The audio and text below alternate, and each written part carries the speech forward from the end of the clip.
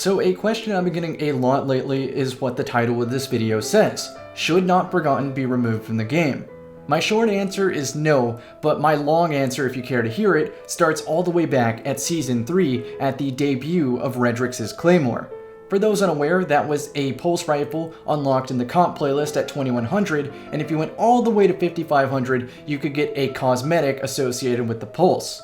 So what made this pulse rifle special is it had the perk Desperado, which was, long story short, a better version of Kill Clip because it actually had a tangible difference on time to kill, and you could carry it across the map. So a trend among my personal friends and players that I look up to, the 5500 players thought it was good, and the 2100 players thought it was overrated and not worth it, which to me speaks to a beautiful design of the weapon, as far as Bungie's hand in it. So fast forward to Season 4, and we have the Luna's Howl unlocked at 2100, and the Not Forgotten unlocked at 5500. The Luna is focused more on stability, and Not Forgotten is focused on range.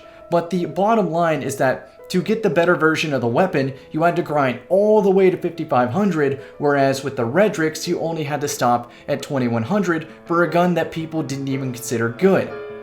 So, for those capable of obtaining 5500, the benefit of Not Forgotten's range outweighed the extra skill necessary to control recoil. There was no point really in using Luna's Howl because it's better to learn one recoil than a map-dependent two. So if I entered a tournament tomorrow, for instance, my team would probably use a mix of hand cannons like Ace, The Last Word, and Not Forgotten rather than 4 Not Forgottens. If everybody's using Not Forgotten, my team's combined lethality and effective range is less than a good mix. I've done videos on this in the past.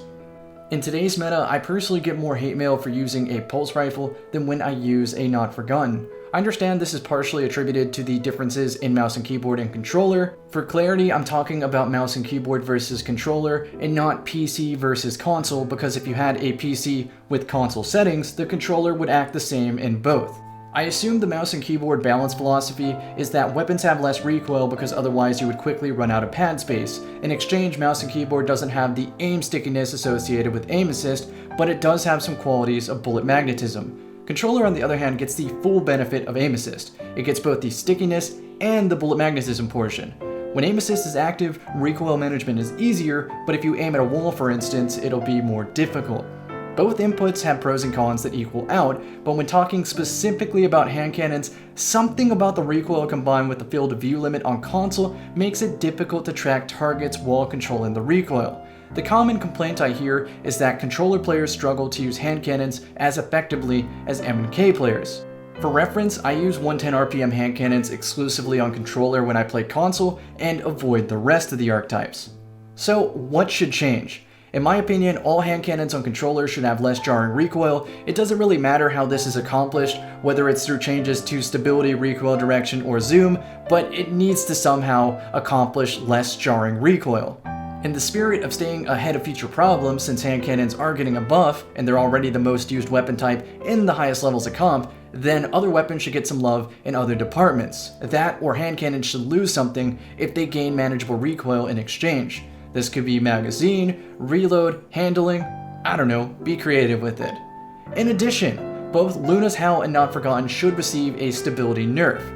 They have the perk Zen Moment, so as long as you hit your initial shot, you will have more manageable recoil, and if you miss, the recoil will punish spam of the hand cannon. But let's not stop there. I like the idea that Not Forgotten could be an exotic. It may lead to more loadout variety. I mean, you typically see Not Forgotten, Dustrock, and Wardcliff. If you can't use Wardcliff, then you'd be forced to run a legendary option, and maybe you'd have a member of your team run Luna's Howl to open up a better power option. So those are my suggestions for changes of things that might make a player put down Not Forgotten and pick up a different weapon when using a controller. Let me know in the comment section if you dislike these changes, what you would do differently, and if you think these suggestions are within the realm of possibilities. In the second half of this video, I'm going to talk about player integrity and the atmosphere of ineptitude. To preface player integrity, let's talk about what a recov is, which is teams who borrow account credentials to play comp for payment. Very simple. I can't really imagine what would be done to prevent and police this, but every player has the same chance of running into a recovery squad. It keeps the prestige of attaining 5500 the same for all. Again, I don't know what could be done. If you have a great idea for dealing with recubs in a realistic manner, let me know in the comment section. So these faults in player integrity go hand in hand with this atmosphere of ineptitude, which is that players think they aren't capable of learning skills to climb the comp ladder. They think that they need a Not Forgotten to become a strong player.